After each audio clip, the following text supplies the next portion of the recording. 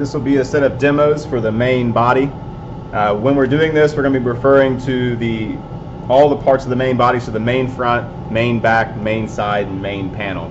You can look through your book as we go through this and try to follow along. I am going to go rather quickly. If you need, you can always skip back a couple seconds, watch a section, and then keep moving forward. That's perfectly fine. With the main body, there are lots of cuts in the instructions that say match cut with back in this case. And you flip to the back, you might run through and it says match cut with sides, and you flip to the sides and it's going to tell you at certain times to cut each part with another part. So all the parts are sort of codependent. If you run through and cut it the way that it says to, you'll actually have less setup, so it'll actually be faster.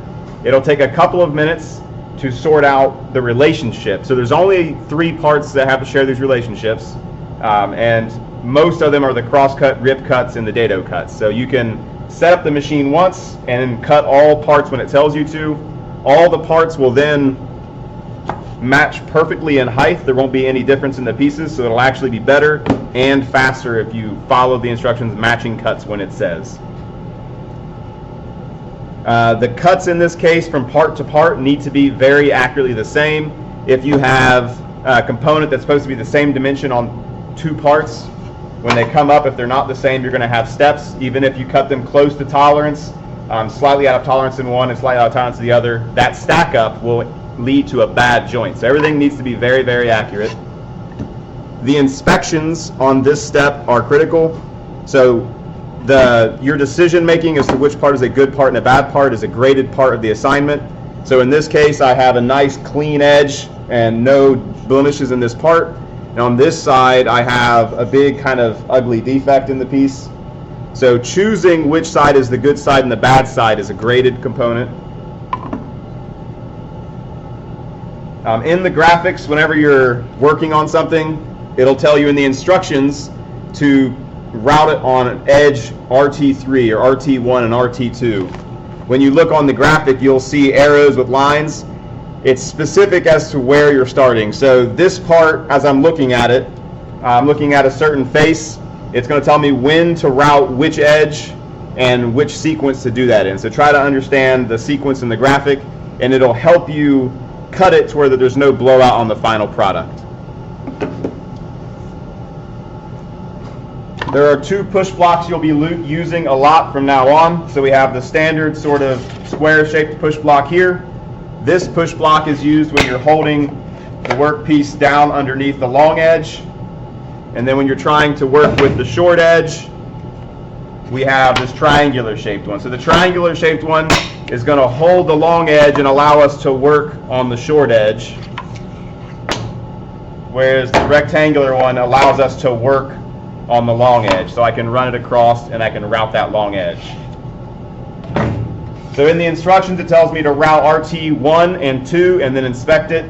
I'm going to look at the best side. So this side has a few nasty spots. So I'm going to call this my good side. I'm going to route the decorative edges on the good side using the triangular push block. I've already set up the router and inspected the height.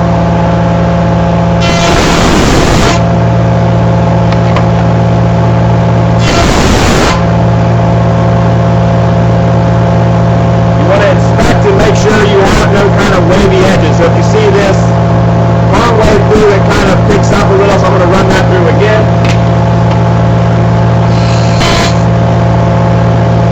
And now it's a nice, clean, consistent edge.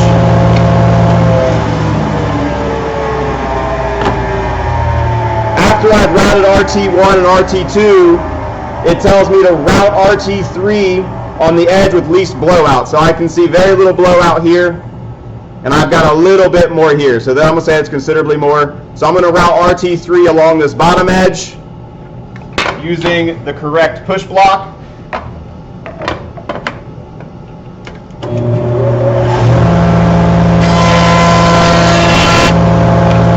Again, right at the machine, I'm going to inspect it, visually sight down the edge, and ensure that the entire profile is cut out properly.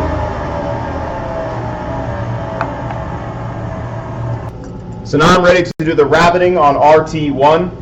I have the rabbit bit installed, and I've cut a piece to check the depth and verify You can use this step feature on the back of the calipers to measure the step right here and set it up to the appropriate depth. So I've checked that already. Everything's ready to go. When I look at the graphic of RT1, it's the side with RT3 on the bottom. So I'm going to be routing this edge. When I flip this over here, it's going to be exiting on the top.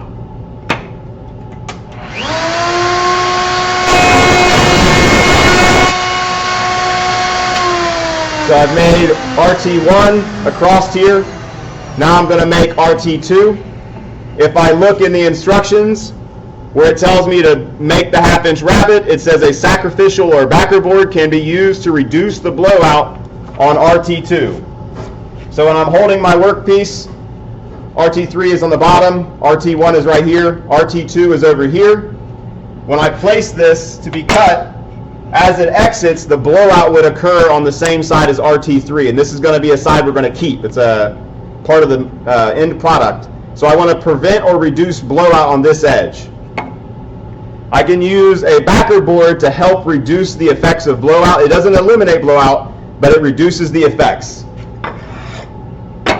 So I can take the backer board, hold it firmly against my workpiece, squeezing it in here, and I have to push down on the backer board and down on the actual workpiece. So I'm pushing down on both pieces, holding them firmly together, and then using my right hand to guide through the cut.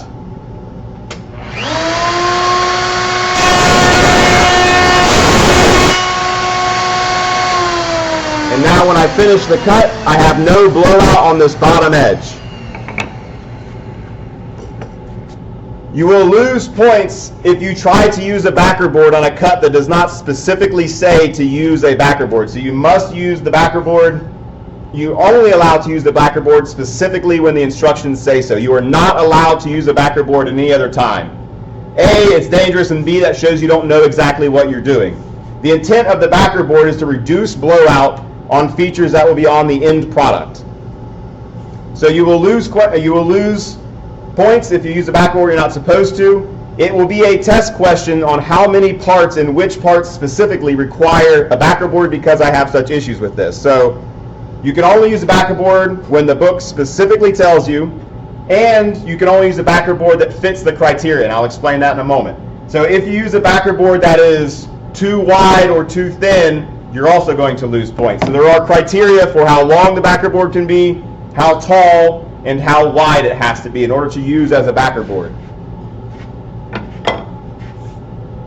So at this point, I have all three edges routed, and I have RT1 and RT2 created. So now I'm going to cut my workpiece at the dimensions specified in the book. It tells me to cut off the non-decorative edge. So this is the decorative edge that I just created. You can see that. So this is the decorative edge. This is the squared off non-decorative edge. I'm going to cut this off to the length specified in the book. I'm going to leave the guard up so you can see the cut.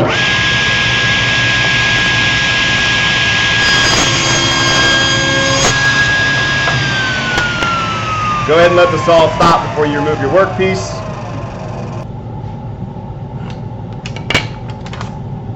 So now I've cut this edge nice and clean across. Any blowout that would have occurred from RT1 exiting when I routed that edge would be cut off at this point. Any blowout from the routing over here would also be cut off at that point. So all of the defects, you can see a little bit here and a little bit here, are on this scrap piece that I can now throw away. So at this point, we've went over how to conceal or reduce the effects of blowout by conceal, reduce, or cut off the effects of blowout. Blowout is a fact of working with wood. If you're going to make a wooden product, the best thing you can do is design something so that you're able to fully cut off the blowout and you don't even have to worry about it. If you can't fully cut it off, you can use a feature like a rabbet. So if you have fuzzy edges like this, the rabbet will cover up that blowout. So now I'm concealing the blowout right here. It's tucked in behind the feature. I cut the blow off right here. The worst thing you can do is design a product where there's a potential for blowout to be on the end product. So in that case, we have one edge right here where there might be blowout. So what we do to get around that is we use the backer board. The backer board is only used in situations where you have an end part of the product that can't be cut off and it can't be concealed. So it does happen occasionally. A backer board is an effective tool to reduce that, but it doesn't prevent it. So we can cut it off, which is the most effective. We can design around it, so we want to hide the defect in a rabbet or another feature like that. Lastly, we can try to use a backer board to prevent the blowout, but it's not the most effective approach. Now I'm going to demo the edge banding step.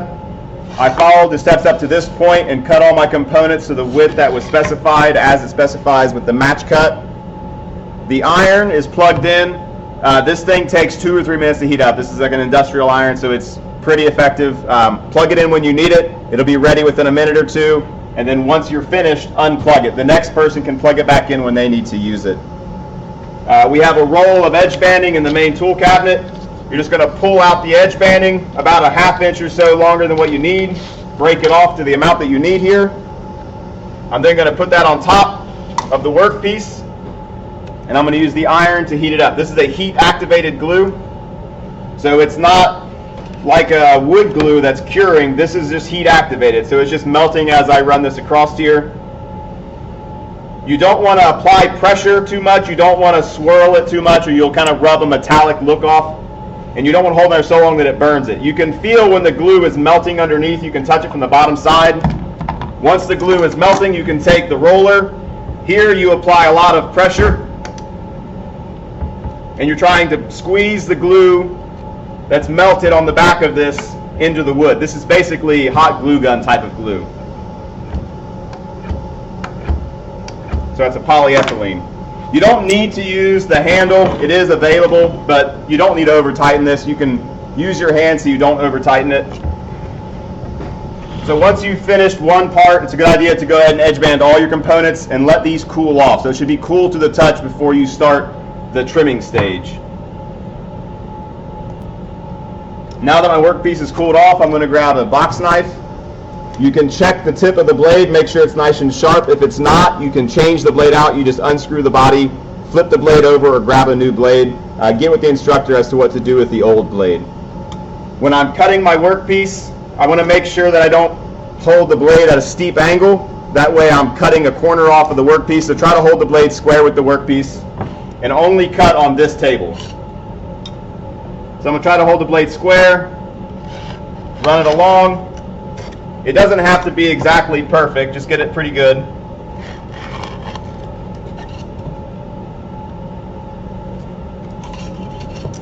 And now that I've trimmed everything, it fell off on the table, but this side did not. So if you're going to pull the trimmings off, you want to pull it in towards the workpiece. Don't peel it out and away. If you peel it out and away, you might tear pieces of the edge banding.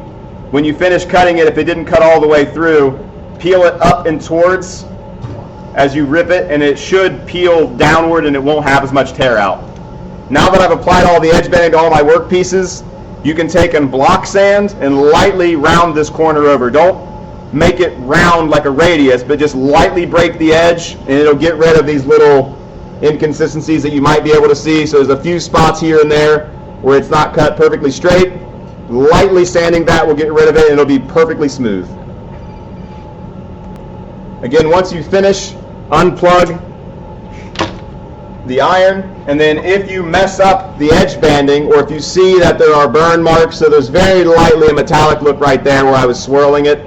If you see swirl marks or the metallic marks or burn marks, all you have to do is heat it up on the iron for a couple of seconds, maybe 5-10 seconds, and that should melt the glue enough that you can peel it right off. So it's just heat activated glue.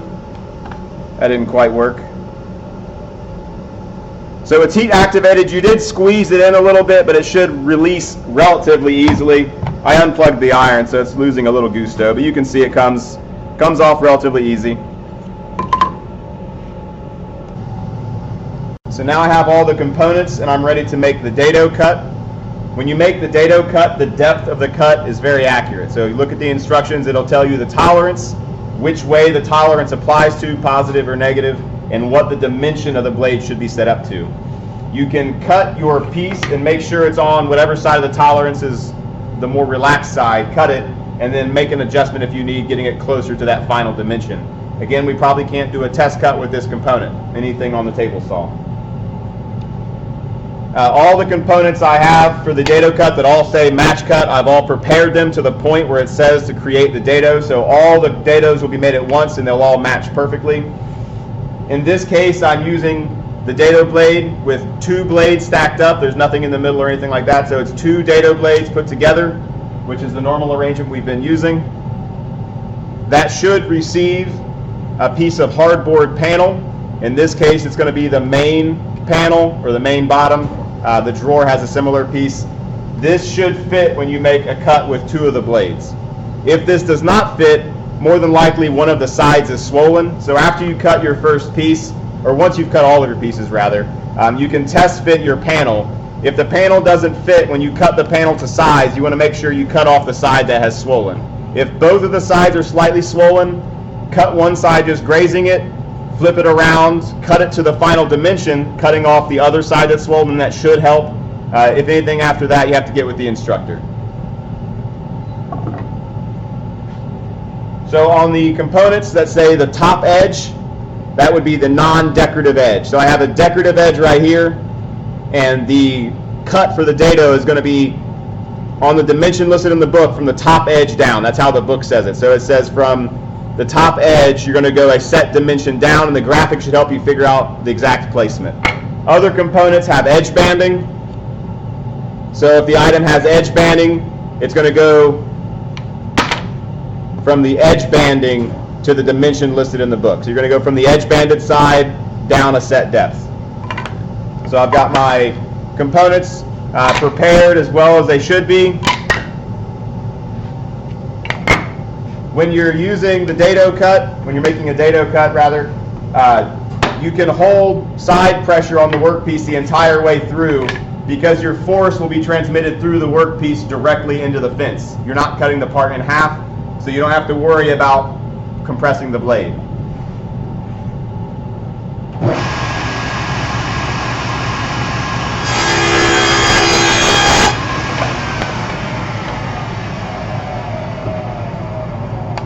So here you can see this piece fits in very, very snugly, so it's important that all these are lined up. Any misalignment, if you cut these in 2 different steps, is going to throw off the alignment of your components. So if I cut these all at once, everything should be perfect. When I'm cutting components, if it has a good side and a bad side, if you cut the dado on the good side, then the bad side of the product will be facing the customer. So you have to make sure that you're aware of the good side, the bad side. Cut all the items correctly. Again, it's a graded part of the class.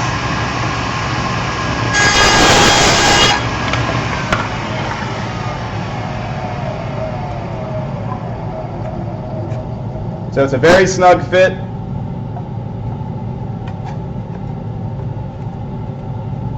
And then I happened to do that on the piece that I messed up.